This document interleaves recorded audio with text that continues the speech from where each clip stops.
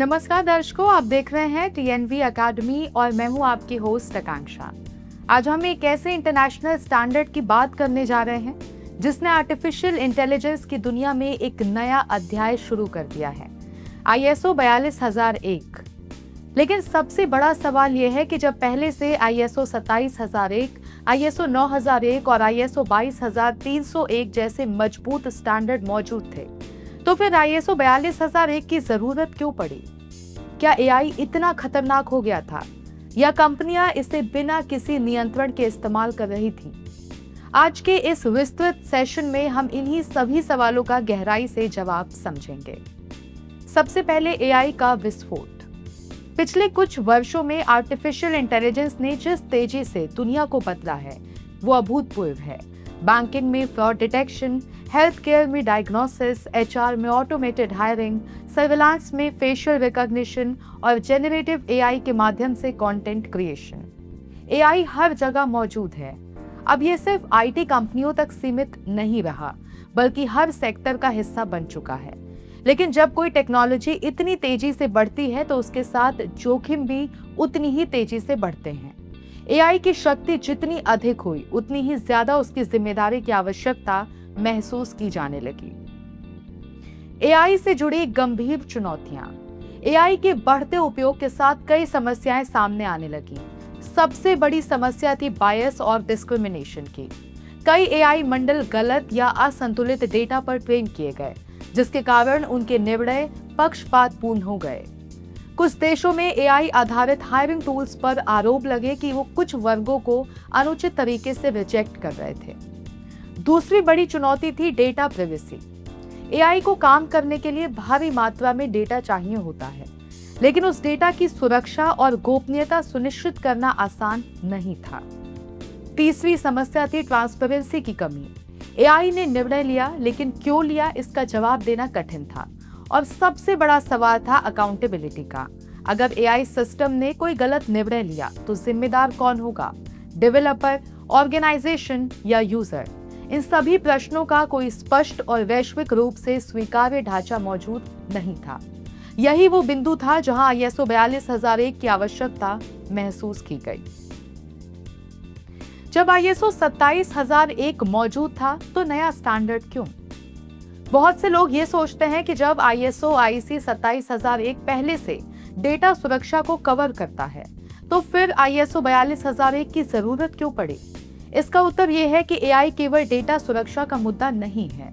AI में algorithmic decision making, continuous learning, model drift, ethical impact और autonomous behaviour जैसे पहलू शामिल हैं, जिन्हें पारंपरिक इंफॉर्मेशन सिक्योरिटी फ्रेमवर्क पूरी तरह से कवर नहीं करता। इसलिए AI के लिए एक अलग और विशेष मैनेजमेंट सिस्टम की आवश्यकता थी। अब वैश्विक दबाव और नियामक वातावरण। दुनिया भर में AI को लेकर नियामक चर्चाएं तेज हो गईं। सरकारें ये समझने लगी कि यदि AI को नियंत्रित और मॉनिटर नहीं किया गया तो ये सामाजिक, राजनीतिक और आर्थिक जोखिम पैदा कर सकता है। डीप फेक तकनीक चुनावों को प्रभावित कर सकती है। AI आधारित मेडिकल सलाह गलत हो सकती है और ऑटोनॉमस सिस्टम्स जानलेवा साबित हो सकते हैं। ऐसे माहौल में एक अंतर्राष्ट्रीय स्तर पर स्वीकार्य ढांचे की जरूरत थी, जो संगठनों को रिस्पॉन्सिबल AI की दिशा में मार्गदर्शन दे सके। अब रिस्पॉन्सिबल AI की ओर कदम। ISO 42001 के पीछे मूल विचार ये है कि AI मानवता के हित में काम करे, न कि उसके खिलाफ। ये फेयरनेस, ट्रांसपेरेंसी, अकाउंटेबिलिटी और ह्यूमन ओवरसाइट जैसे सिद्धांतों को बढ़ावा देता है। इसका उद्देश्य AI को केवल तकनीकी नवाचार का साधन बनाना नहीं, बल्कि एक जिम्मेदार और नैतिक प्रणाली के रूप में स्थापित करना है। अब AI लाइफ साइकिल मैनेजमेंट की सोच। ISO 42001 AI के पूरे जीवन चक्र को कवर करता है, डिजाइन से लेकर डेवलपमेंट, डिप्लॉयमेंट, मॉनिटरिंग और कंटिन्यूअस इंप्रूवमेंट तक। इससे ये सुनिश्चित होता है कि AI केवल शुरुआत में ही नहीं, बल्कि अपने पूरे संचालन काल में नियंत्रित और मॉनिटर किया जाए। ये प्रोसेस बेस्ड अप्रोच AI को एक मैनेजमेंट सिस्टम के तहत लाता है। अब ट्रस्ट क्राइसिस और विश्वसनीयता की जरूरत। समय के साथ AI पर लोगों का भरोसा कम होने लगा था। लोग ये सवाल पूछने लगे थे कि क्या उनका डेटा सुरक्षित है, क्या एआई उनके साथ निष्पक्ष व्यवहार कर रहा है और क्या एआई उनके अधिकारों का सम्मान कर रहा है। ISO 42001 का उद्देश्य इस ट्रस्ट गैप को भरना है। जब कोई संगठन इस स्टैंडर्ड के अनुरूप काम करता है तो वो ये संदेश देता है कि उसका एआई सिस्टम जिम्मेदार और नियंत्रित है।